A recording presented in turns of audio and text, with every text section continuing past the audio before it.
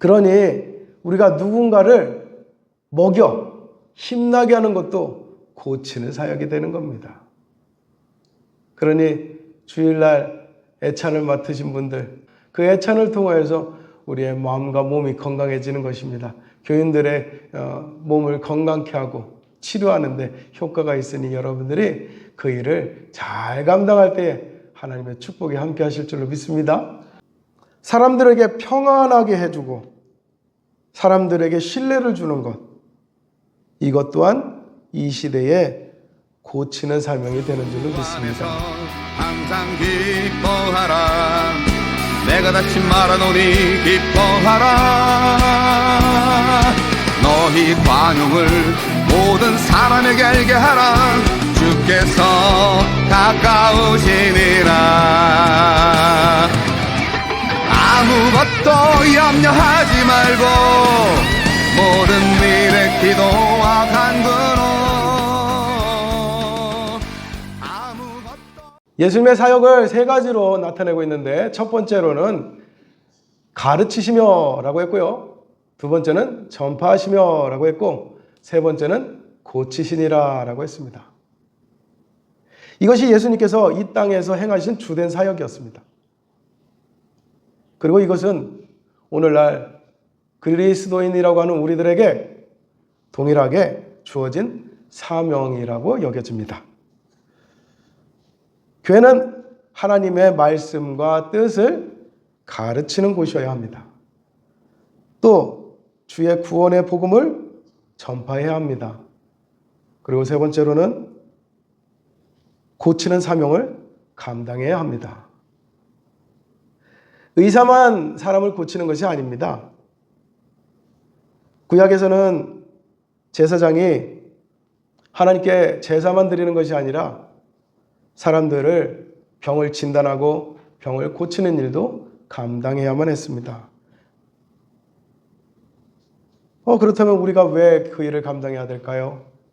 이유는 베드로전서 2장 9절의 말씀과 같이 우리가 누구로 부름받았다고요? 제사장으로. 누구로요? 제사장으로. 그렇기 때문에 우리가 이 고치는 사명도 감당해야만 합니다. 고치는 것은 의사만 하는 것이 아닙니다. 여러분, 병을 고치기 위해서 의사들이 제일 먼저 강조하는 게 뭔지 아세요? 먹으라 하는 겁니다. 잘 먹으라. 잘 먹어야지 낫습니다. 그러거든요. 우리가 누군가를 먹여 힘나게 하는 것도 고치는 사역이 되는 겁니다. 그러니 주일날 애찬을 맡으신 분들, 그 애찬을 통하여서 우리의 마음과 몸이 건강해지는 것입니다. 교인들의 몸을 건강케 하고 치료하는데 효과가 있으니 여러분들이 그 일을 잘 감당할 때에 하나님의 축복이 함께 하실 줄로 믿습니다. 마음에 평안을 끼치는 것도, 그것도 치료의 일환입니다. 사람들에게 평안하게 해주고 사람들에게 신뢰를 주는 것, 이것 또한 이 시대에 고치는 사명이 되는 줄로 믿습니다. 그러니 이러한 사명을 잘 감당할 수 있기를 바랍니다. 의사들도 저각기 다 이 전문 분야가 있죠. 누구는 내과, 누구는 안과, 누구는 치과, 누구는 이비인후과, 누구는 외과, 누구는 정형외과, 누구는 신경외과, 이렇게 저마다 다 맡고 있는 분야가 다 따릅니다. 그렇죠? 우리도 한 분야를 맡아보자고요. 우리도 내가 맡을 수 있는 분야는 어떤 부분일까? 사람들을 내가 평안하게 해주는 분야를 내가 맡을 수 있다면 그것도 치료의 하나가 됩니다. 사람들을 잘 먹인다면 그것도 치료의 한 부분이 되는 것입니다. 자, 그런 의미에서 오늘 예수님이 보여주신 이 사역의 세 가지를 보고서 우리가 오늘 교훈을 받기를 바랍니다. 첫 번째로 예수님의 가르치심에 대하여서 생각해 보겠습니다. 예수님께서는 모든 도시와 마을에 두루 다니며 저희 회당에서 가르치시더라 그랬습니다. 이 가르침을 통해서 하나님의 뜻을 배우고 다른 사람들에게 하나님의 뜻을 전달할 수 있게 되어졌습니다. 우리 자신도 가르치는 사역을 통해서 하나님의 나라를 확장해 나가는데 분명히 적게나마 기여할 수 있는 길이 열리게 되는 줄로 믿습니다.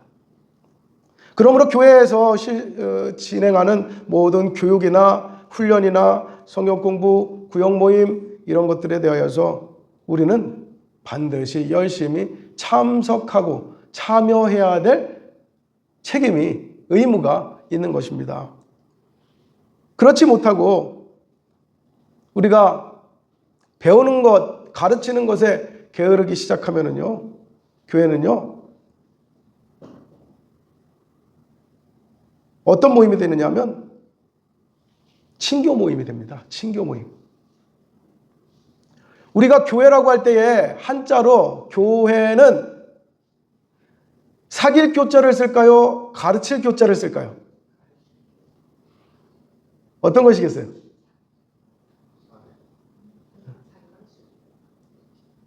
사귈 교자일까요? 잘 사귀는 그런 모임일까요? 가르칠 교자일까요? 잘 가르치는 모임? 그렇죠. 교회는 가르칠 교자를 씁니다. 사교 모임이 아니에요. 가르치고 배우는 모임이 바로 교회입니다. 교회에 사귐이 있다고 하더라도 그렇다고 해서 교회를 사교 모임으로 만들지는 않습니다. 얼마 전에 저한테 누가 그러더라고요. 아이, 교회 갔더니 재미도 없게 맨날 공부를 한다고. 재미도 없게 맨날 공부해서 교회 가기가 싫다고. 이렇게 말씀하시는 분이 있었어요.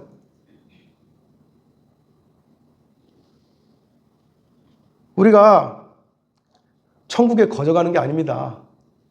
천국에 가려면요, 천국에 가서 잘 살 수 있도록 배워야지 되는 거예요. 보십시오. 우리가 어디 여행을 가더라도요, 그 여행을 가서 그 숙소나 혹은 그 시설에 규칙을 따라야 됩니다. 규칙을 따르지 않고 규칙을 어기면 어떻게 돼요? 쫓겨나거나 벌금을 물게 되어집니다. 천국도 그렇습니다. 천국이 예수 믿고 누구나 갈 수 있는 곳이기는 하지만 누구나 갈 수 있다고 해가지고 내가 아무것도 하지 않고 그 다음부터는 그냥 가만히 있다가 가는 것이 천국이 아니거든요. 천국이 내 마음속에서 분명히 확신 가운데 있도록 가르침을 받아야죠. 가르침을 받고 배움을 받고 그리고 더불어서 내가 또 다른 사람들한테 가르칠 수도 있어야 되겠죠. 그런 곳이 교회인 것입니다. 그러한 교회의 기본적인 사명을 우리가 감당하지 못하면은 친교 모임으로 전락해버리고, 친교 모임은 어떤 모임이 돼버려요? 친교 모임의 특징. 친교 모임의 특징은 끼리끼리 모인다입니다. 좋아하는 사람들끼리, 뭔가 코드가 맞는 사람들끼리, 취미가 같은 사람들끼리, 연령대가 비슷한 사람들끼리, 같은 동네 사람들끼리, 같은 성별끼리 등등등 끼리끼리 모이는 것이 사교 모임이죠. 그리고 끼리끼리 모이다가 기분 나빠지면 어떻게 됩니까? 기분 나빠지면 안 나가는 거죠. 깨뜨리는 거죠. 오늘날 교회를 그렇게 다니는 사람들이 많아요. 그래서 여기에 다니다가 여기 나하고 안 맞아. 그래서 딴 교회로 가요. 그래서 오늘날에는 더 이상 교회가 늘어나지 않아요. 하나님이 보시는 교회는 늘어나지 않습니다. 어느 교회가 사람이 많아졌다 하더라도 그 교회는 새롭게 전도되어져서 많아지는 것이 아니라 다른 교회에서 이동을 해서 많아져요. 그러다 보니까는 그러한 교인들을 일컬어서 뭐라고 부르는지 아십니까? 철새교인이라고 합니다. 철새교인. 그래서 철새가 따뜻한 나라를 향하여서 이리저리 옮겨 다니는 것처럼 내가 좋아하는 것을 향해서 이리저리 옮겨 다니는, 그런데 정작 그의 믿음이 더 이상 성숙하지 못하는 그러한 모습들. 오늘날 교회가 그러한 모습들이더라 하는 얘기들을 많이 합니다. 교회에 속한 사람들은 반드시 가르치심에 응해야 되고 가르치심에 열심히 따라야만 합니다.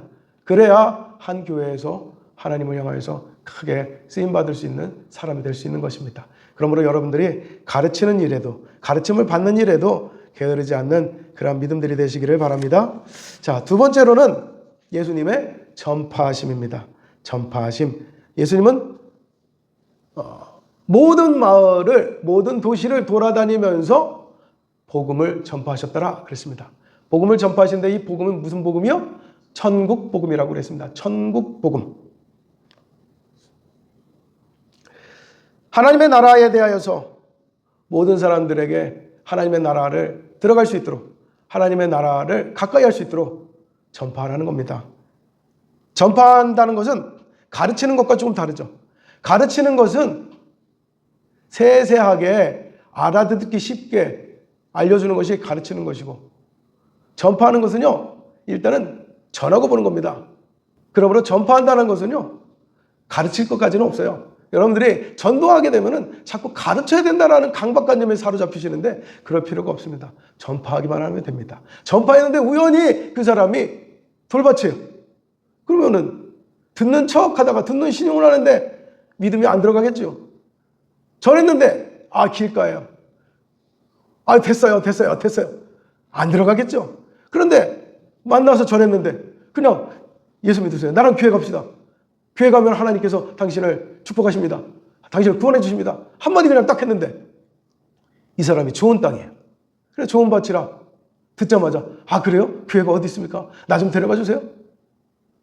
이럴 수 있을까요? 없을까요? 있습니다. 있어요. 정말 그런 경험들을 한 번쯤은 하십시오. 저는 그런 경험을 해봤습니다.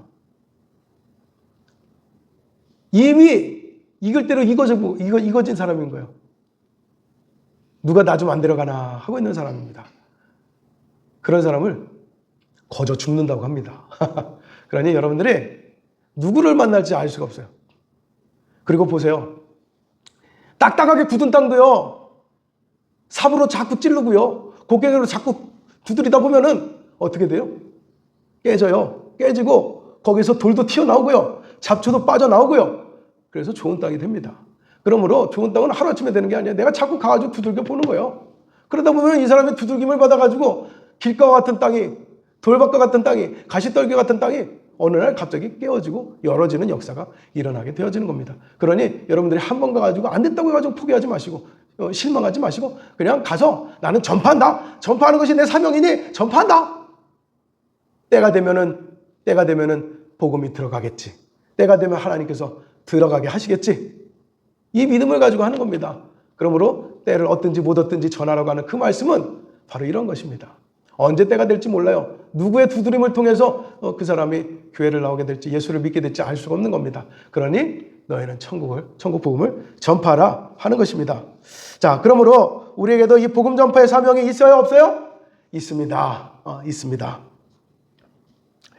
이 복음 전도의 사명을 통해서 결국 하나님이 우리를 얼마나 사랑하시는지, 하나님께서 우리를 어떻게 구원하시기를 원하시는지 이것을 전하시기를 바랍니다.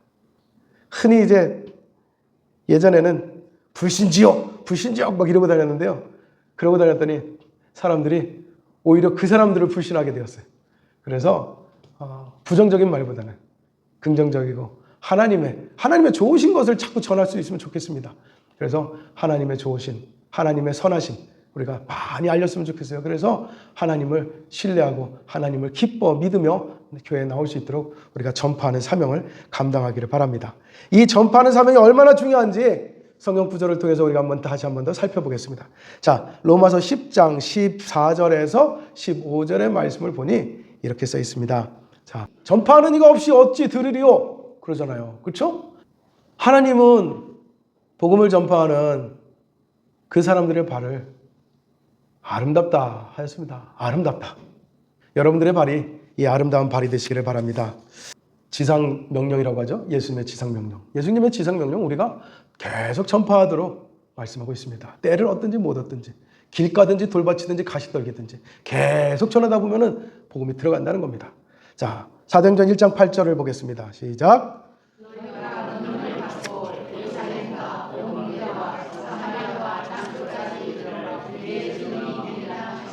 아멘. 보세요. 증인이 뭡니까? 증인이 나타내는 사람, 드러내는 사람. 이것이 바로 증인입니다. 우리가 우리 안에 받아가진 복음을, 천국 복음을 자꾸만 나타내고 드러내는 그런 믿음이 되어야 되겠습니다. 복음을 전하는 것이 선택이 아닌가요?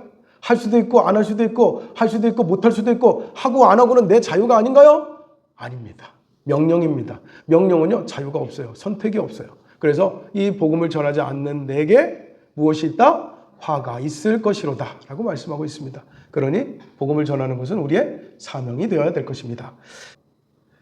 만민에게 복음을 전파하라. 이 만민은 누구를 가리는 것이 아닙니다.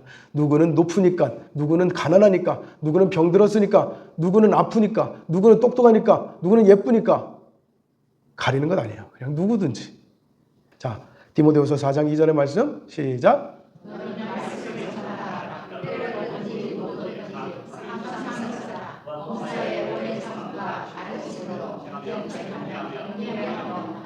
아멘. 제가 처음에 농사 지었을 때 밭농사를 조그만 이렇게 텃밭을 만들어 가지고 한 20평쯤 되게 만들었어요. 그러고서 농사를 짓는데 처음으로 이제 씨를 뿌려봤습니다. 씨를 심어봤어요. 씨로 농사를 졌어요. 모종이 아니라 씨를 심어봤습니다. 심었는데 일주일도 안 돼가지고 싹이 올라오기 시작하더라고요.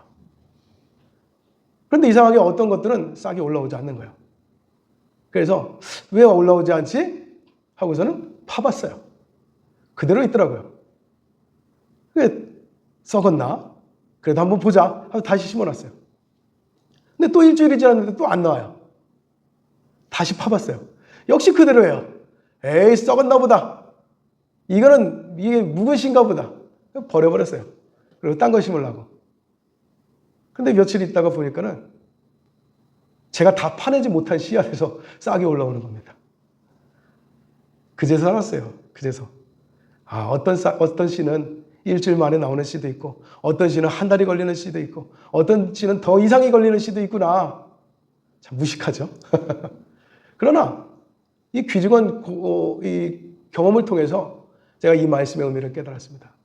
범사의 오래 참음과 그랬습니다.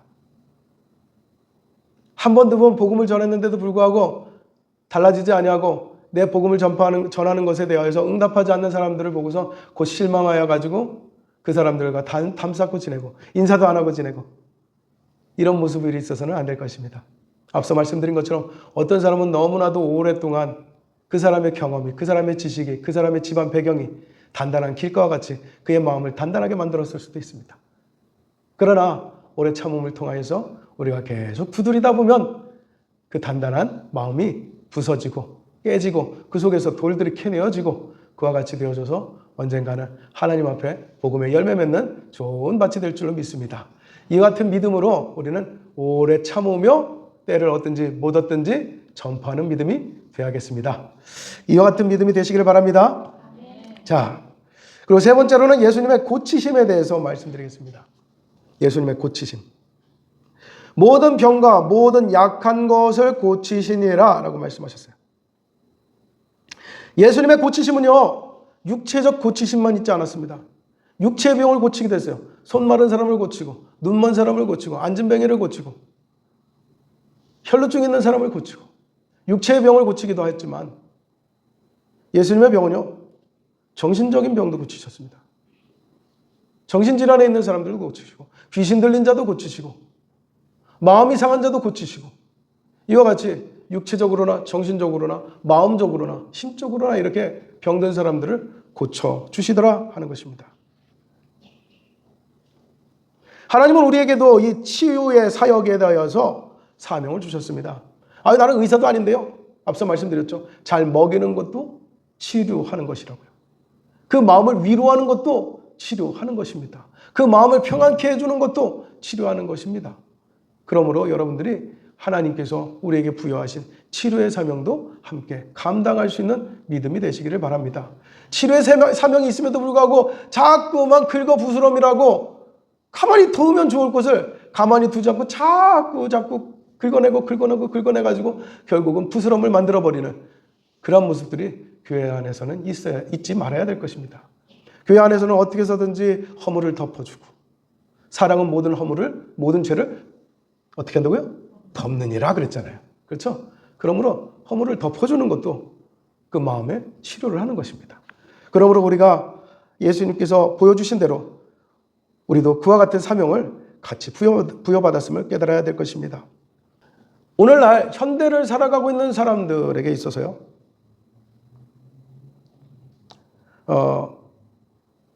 죽음에 이르게 하는 병들이 여러 가지가 있습니다. 그렇죠? 암도 죽음에 이르게 하고요. 바이러스도 죽음에 이르게 하고요. 그런데 이 죽음에 이르게 하는 병들 중에서요, 1위. 가장 큰 비중을 차지하고 있는 병이 무슨 병인지 아십니까? 우울증이요? 비슷했습니다. 비슷했어요.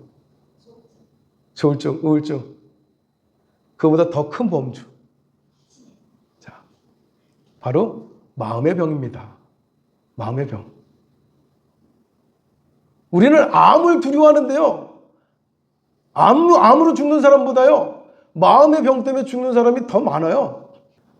마음의 병이 얼마나 무섭느냐 하면은, 이 마음의 병은요, 정말 마음 깊은 곳에서 붙어 있기 때문에 쉽게 고쳐지질 않아요. 그 병의 뿌리를 뽑아내는 게 그렇게 어렵습니다. 언제부터 시작됐는지도 알지 못합니다. 무엇 때문에 시작됐는지도 알지 못합니다. 나타나는 것이 실제와는 다를 수도 있습니다. 내가 화를 막 내는데 그 화의 근원이 사실은 마음의 깊은 병에서부터 시작된 경우들이 많습니다. 그러므로 마음을 고칠 수 있다면 많은 사람들의 생명을 구원하는 일이 될 것입니다. 오늘날 그래서 이 마음의 병을 고치겠다고 많은 사람들이 정신과를 갑니다. 그런데 안타까운 것은요, 생각처럼 정신과에서요, 이렇게 잘 들어주는 정신과가 생각보다 없어요. 막상 정신과를 가보면요, 말 몇 마디 하고서요, 처방전 하나 딱 주고 끝납니다. 그러면은 그 처방전 가지고 뭐 하냐? 약물을 먹는 거죠. 약물을 먹고서는 마음을 진정시키는 것 뿐이지 실제로 마음의 병을 고치는 게 아니더라고요. 그러다 보니까 요즘에는 또 어디를 찾아요? 심리 상담소를 찾습니다. 마음의 깊은 곳을 만져줬으면 하는 것이죠.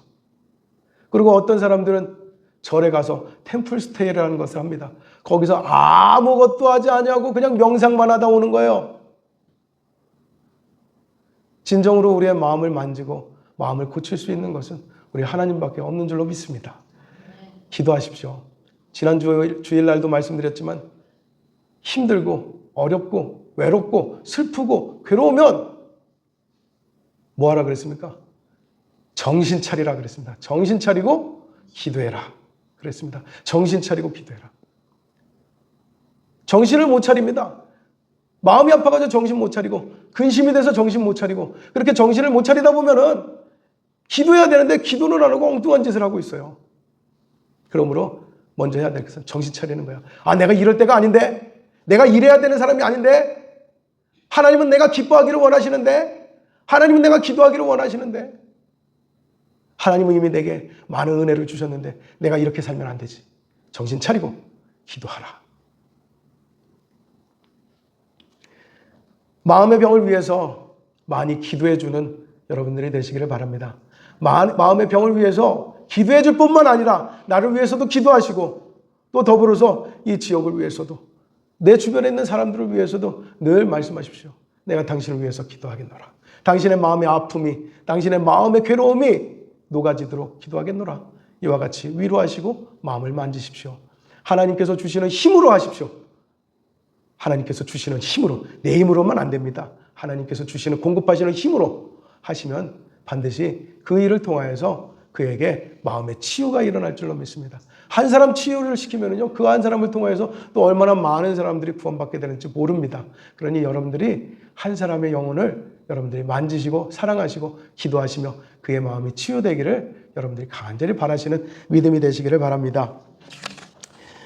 예수님의 사역을 다시 한번 말씀드립니다. 가르치시고 전파하시고 고치시고, 이 세 가지 사역은 다 모두 무엇을 위한 것이었느냐?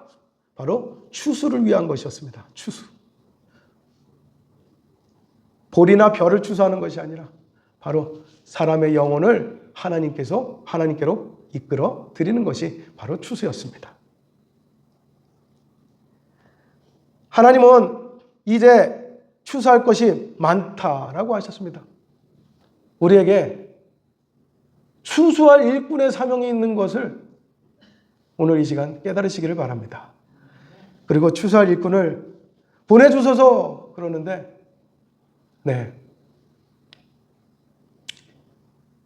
추수할 일꾼을 보내달라고 정말 매일매일 기도하시길 바랍니다.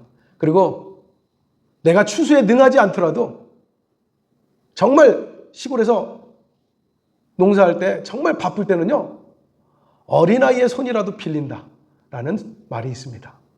그런 것처럼 내가 추수하기에 능한 일꾼이 아닐지라도 하나님 앞에 나를 써주소서 이렇게 고백하며 하나님 앞에 쓰임받을 수 있는 사명자요 사역자들이 되시기를 주의 이름으로 간절히 축원합니다.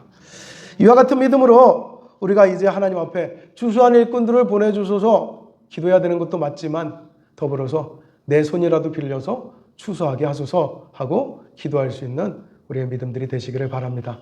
이 믿음으로 우리 교회가 또 이 지역이 조금이라도 더 복음화가 이루어질 수 있도록 애쓰고 수고하고 하나님께 기쁨을 드릴 수 있는 우리의 믿음들이 되시기를 주의 이름으로 축원합니다. 기도하겠습니다. 추수한 일꾼을 보내주소서. 그러나 추수한 일꾼이 없다고 손 놓고 있을 것도 아닌 줄로 압니다. 하나님 아버지, 눈앞에 추수할 것들이 보이는데 그것을 내버려 둘 사람이 어디 있습니까? 우리 울산에는 아직도 교회 다니지 아니하고 예수를 영접하지 않은 길가와 같고 돌밭과 같고 가시덤불이 가득한 그러한 마음밭을 가지고 있는 사람들이 100만 명이 넘게 있습니다. 하나님, 이들을 주님 앞에 나올 수 있도록 복음 전파하고 또 교회에서는 열심히 가르치는 또 우리의 믿음 가운데 그들을 열심히 만지고 고칠 수 있는 귀한 사명의 마음들이 우리에게 먼저 있게 하여 주옵소서. 이와 같은 마음으로 몸된 교회를 위할 뿐 아니라 하나님의 나라를 확장해 나갈 수 있는 믿음의 성도들이 다 되게 하여 주시옵소서. 이 일을 위하여서 우리가 부름을 받았습니다. 주님께서도 이 일을 하신 것처럼 이제 주님을 본받아서 우리도 이 일을 하게 하여 주시옵소서. 가르치며 전파하며 고치는 우리의 믿음의 사역이 우리 안에서도 충만히 일어나게 하여 주옵소서. 예수님의 이름으로 기도드립니다. 아멘.